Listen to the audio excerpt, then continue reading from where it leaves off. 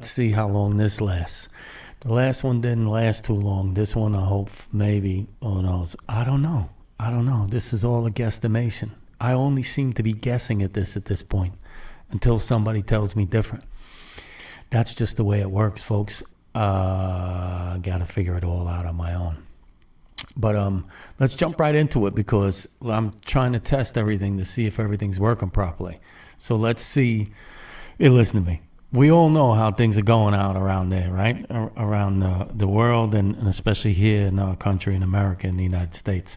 There seems to be some privileged people around, and I'm getting tired of this whole nonsense, right? So this privilege has got to stop at some point. But hey, let's get right into this idea of what Tucker Carlson and I think about Hunter Biden's selfie choices. My thought is, I'm very curious as to which one he's going to use when, he gets thrown in jail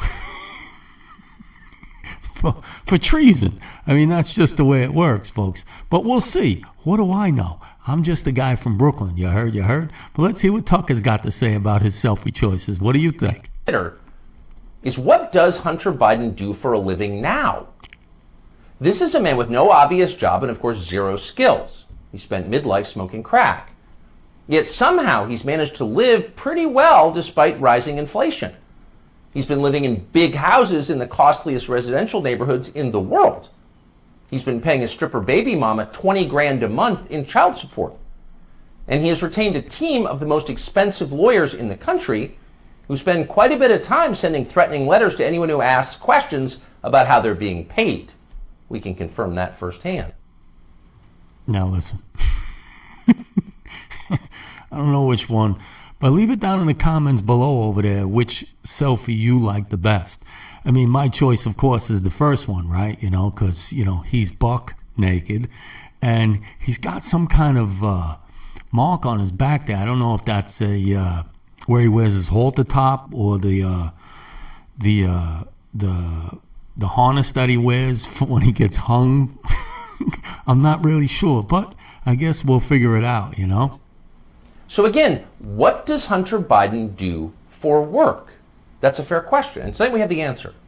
For years, Hunter Biden was an influence peddler. Now, Hunter Biden is a self-actualizer. An actualizer. Actually, we all know, he's an idiot. So we all know that part right there. What he actualizes as, well, we'll have to just continue watching. He self-actualizes for a living. He gets in touch with himself, his feelings, and he follows his muse. Here he is explaining his new vocation in a 2019 ABC News interview. This is new. Yeah. Studio. Yeah. But now he's opening the doors to a place never captured by a paparazzi's lens. His refuge, an art studio where he finds solace in painting. What's the goal eventually? No goal. That's the perfect part about it. It's just literally. No goals. He doesn't need one, right? Because this is where this whole thing takes me in this message is the fact that when we talk about privilege and what privilege looks like, that's what it looks like. It looks exactly like what Hunter Biden is, right? He's a self-actualizer. I don't know where that fits in, but for him and the rest of the Bidens over there, I guess it all works out, right? You can actualize and be anything you want, right? Well, I mean, Disney said it first, right? They told you, you could be whatever you want. That's up to you. I'm not sure if he thought that he would be the way he is, but somebody kept affirming who he is and what he was doing. So, that's what real privilege looks like, folks. It looks like somebody who doesn't have to be held accountable for all of his actions. And I mean all of them, right? So the fact that these government people and the government officials, and even now the president of the United States is not owning up to all this nonsense, to me, is what real privilege looks like. I don't care what race, I don't care what color, I don't care where the cultural backgrounds you come from, any of that other nonsense. The only thing I'm letting you know is that that's what privilege looks like. So these elitists and all these people that have these ideas that they're above the law and they're above whatever the rest of us have to follow for whatever rules that they made up, these rules and laws that the government made up. First of all, they're all nonsense, and I tell you that all the time. We, the people, have the power. They don't have the power. The only power they have is the power that we give them. So if we keep allowing them to do these things, they're going to keep doing them, right? And it starts right at the top over there at Mr. President, okay? So the fact that he's doing what he's doing makes that everybody else under him is allowed to do whatever they do. I don't get it. I don't understand the fact that we, the people, have not decided that this is important. It really is, right? So let's see what else Tucker has to say. Because, I mean, the points that he makes and the understanding of why he's expressing this is to let we, the people, know that this is important. This is important information. And we need to make sure that we hold these people in government positions accountable for it all the time, right? You have the power to vote, but we also have the power to get rid of these people. It's unnecessary to be under tyrannical rule of any kind. Hey, it's Tucker Carlson. This spring, word began to circulate in Washington that the House Oversight Committee, under its new chairman, Congressman Jamie Comer, had discovered criminal behavior after reviewing thousands of pages of the Biden family's bank record. Now, publicly, to the extent they responded at all, the White House dismissed the investigation as, of course, politically motivated. In any case, irrelevant. Hunter Biden was an adult, so his business dealings had nothing at all to do with his father, in this case, the President of the United States. But in private, everybody understood it wasn't quite that simple. There has long been overwhelming evidence that Joe and Hunter Biden's financial lives are not separate at all, but deeply intertwined. On Hunter Biden's laptop, there's a suggestion that the two of them even at one point shared a bank account. And of course, Hunter Biden wrote himself that he kicked back cash from his foreign business deals to his father. He wrote that bitterly. So the Oversight Committee's investigation was potentially a disaster for the White House, a scandal, possibly even the prelude to criminal charges. So in order to get ahead of all of that, Joe Biden's handlers did the one thing they could do. They set up an MSNBC interview to preemptively whitewash whatever Jamie Comer might find. Here's the results of that. This aired on May 5th. Sir, there is something personal that's affecting you. Your son, while there's no ties to you, could be charged by your Department of Justice. How will that impact your presidency? First of all, my son has done nothing wrong. I trust him. I have faith in him. And it impacts my presidency by making me feel proud of him. Okay. Listen to me, folks. I know we all like to think, listen, I have children too. Proud of them. But when something isn't right, it just isn't right. It doesn't matter who it is. It doesn't matter how it gets done. And the fact that he's playing innocent, and the fact that this mainstream media people have this idea by saying, oh, how it doesn't affect you in any way, or how you had nothing to do with it. We know that's nonsense. We know that's a lie. We know because Joe Biden is the one that gave his son these so-called jobs, this work that he does, this self-actualizing and this other, workings and dealings that he has with all these foreign governments of any kind. Come on, folks. You have to think for yourself. You have to realize at some point that these people are just trying to control everything. The control is what they want. It has nothing to do with right, wrong, or indifferent. And it has nothing to do with we the people. The only problem is that we the people are the ones who are going to feel the repercussions from the bad dealings that they're doing, from the treason, for the infrastructure that they're creating that we are starting to fall into, right? All the lockdowns, all this go green energy crisis that we're having. It's all nonsense. It's all just control. They're only trying to take over with whatever little bit of our of our dignity, pride, self-prevalence, all these things that we have as we the people together are trying to separate us, all of us at one time. And they're the ones doing it. We're not doing it voluntarily. I know we all think we are. I know we all think we want to be separated in these little silos that we're creating, right? All these different communities. And they're pitting us against each other with this fallacy that we're different, and we're not. And we're not the only government that's doing it. If you look around the world and you guys are paying attention to cultural and current events that are happening around the globe on the planet itself, it's all the countries have some kind of tyrannical government almost at this point, to the point where they're basically telling everybody what to do on a daily basis. And they're changing it constantly. The only problem is we're going along with it. We're not stopping anything. In other words, if everybody just stopped, and I say this a lot, if everybody just stopped, all you have to do is stop. Stop believing. Stop complying. That is the biggest idea, is the compliance. You have to stop complying.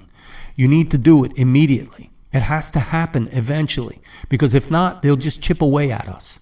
We the people will be chipped away till there's nothing left of us, until we're just subordinates, till we're just people who just, you put on your blinders in the morning and you don't look at anything else. You just listen to what they tell you to do. So in other words, here's how I feel. If this news, the mainstream media came on and said, okay, everybody, there's crazy hailstorms outside the size of softballs. Don't go outside today. And if you don't look out your window or you don't walk out your door, how would you know? You wouldn't. You'd just be going along with whatever they're saying. You got to stop. We all have to stop. This idea that they're looking out for our interests, it isn't happening, folks. They're not looking out for our interests. Please understand this. It's not me just being cynical. The idea of, he doesn't want to he doesn't want to be like the rest of us. No, I do want to be like the rest of us. I want the rest of us to be like the rest of us. I want all of us to understand that we the people hold the power. We hold the power. We need to stop giving it away. We're volunteering our ideals and our ideas for no reason. No reason. Because we all know that we don't believe most of the stuff they tell us, but we're still just all complying. I think we need to understand this is an action. This is an action. And they're the only ones taking action. We're not taking any action anymore. We're just complying. You folks have to understand this. In a free and democratic society, to consent to being forced into compliance. That's what they were trying to establish. That's what they were trying to figure out. And they have figured it out. Trust me, they are much smarter now. You believe this? This is somebody from another country explaining to all of us how this needs to work from now on. Because if you don't stop going so fast all the time, it will just keep happening. The goal ultimately is to transform our free and democratic societies, into totalitarian societies. Their goal is to strip each and every one of us of our fundamental rights of freedom, democracy, the rule of law. They want to get rid of all of this. And they're robbing us of our identity. Whether it be our national identity, our cultural identity, they won't even stop to rob us of our sexual identity. This whole COVID thing had never anything to do with public health. You have to listen. That adherence to the idea that even our sexual identities at this point, right? So the idea that they're creating this controversy amongst us about whether you're a man or a woman, or whether you want to be a man or a woman, or whether you want to be part of some kind of weird letter or number or sign or ampersand or whatever the heck it is this way to keep dividing us. They started on the grand scale first, which was the color, right? The color of our skins, right, is where they gave us that separation. And then all of a sudden that wasn't working out anymore. And then all of a sudden they stopped it. And now all of a sudden it's your gender, your sexuality, how your perception of who you are or what you are is, right? They're all okay with this. Do you know why? Because the more they divide us, the more they have control. So please, come on, listen up. It never had anything to do with breaking waves. It always had to do with breaking people in order to make us a part of a mindless, malleable mass, which they can totally control, and we will be completely dependent upon this globalitarian elite. It is no longer by the people, for the people. From now on, it will be by the globalitarian elites, for the globalitarian elites. You have to understand this, folks. Please leave a question or a comment down below. Let me know how you feel about this. This isn't just me. This isn't just us here in the United States and America that are feeling it. This is around the world. This is the entire globe. The entire globe is starting to feel this idea of tyrannical takeover of all kinds. We got to stop this. We just do. It's our duty as we the people, right? That's the reason we, in America, we have this Constitution. It's this idea to keep us away from tyrannical rule, tyranny. That's the reason we had a revolution. That's the reason we had this idea of a revolution, civil wars, whatever you want to call them. But the idea is that we didn't want to be told what to do by so many other people that weren't doing anything for us. There was just this weird thing, like taxation without representation. This all goes. We'll discuss these things further down the line. But we all have to understand that we, the people, have the power. And we need to start making sure that we're exercising that right, that power that we have. And nothing else. All the peoples around the world. True facts, For God's folks. sake, stop Complying. giving your democratically elected governments the You can't be giving them the benefit of the doubt anymore, folks. It doesn't work. We already know that these things are just made up for them to give us. They're constantly just dropping these crumbs, right? If you understand what I mean, right? They're like the Hansel and Gretel, right? So they're constantly doing these things to see how we react. So they're dropping these crumbs on a constant basis, saying, "Oh, well, let's see how far we can get this to go," right? How many crumbs do we have to leave in order to lead them to where we want them to go? Let me tell you something. It's taken a lot of crumbs. This country is not even 200 or just coming up on 250 years old. If you don't look around at other countries and the way they do things and the way things are done systematically and how they get everybody a little bit closer every time, right, to doing what they want you to do, not what you want to do, what they want you to do, right? All of a sudden it's like if you just start picking up the crumbs, and if you don't eat them, if you just collect them, right, and then after a while you see where all the crumbs led you to. You got to give them back their crumbs. We don't need them. We can make our own loaves of bread. That's the truth, folks. Believe me when I tell you, it's up to us. It's up to us to understand that we have to make that choice. We have to make that decision that we, the people, need to get this back as fast as we possibly can. Stop waiting. Oh, goodness. Well, let me tell you something. On a brighter note, I'm glad that maybe this is working. And hopefully I'm getting closer and closer to where I'd like to be as far as information and being informative. Well, I know we all have voices and we should all spend some time talking about these things amongst ourselves. I think it's really important that we the people understand that we need to start exercising our human rights.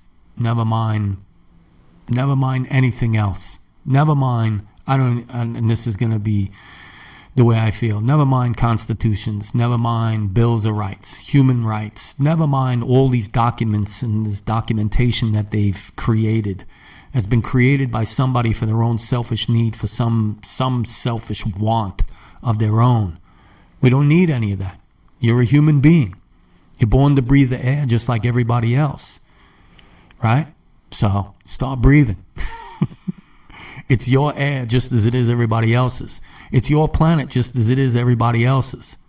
Start doing the things that you feel as a human being, to be humane to everybody else and to everything else. That's really all there is. And folks, that's all I got to say. It's your boy from Brooklyn, Shannon Ambrosio. I don't even know what else to say. I gotta go.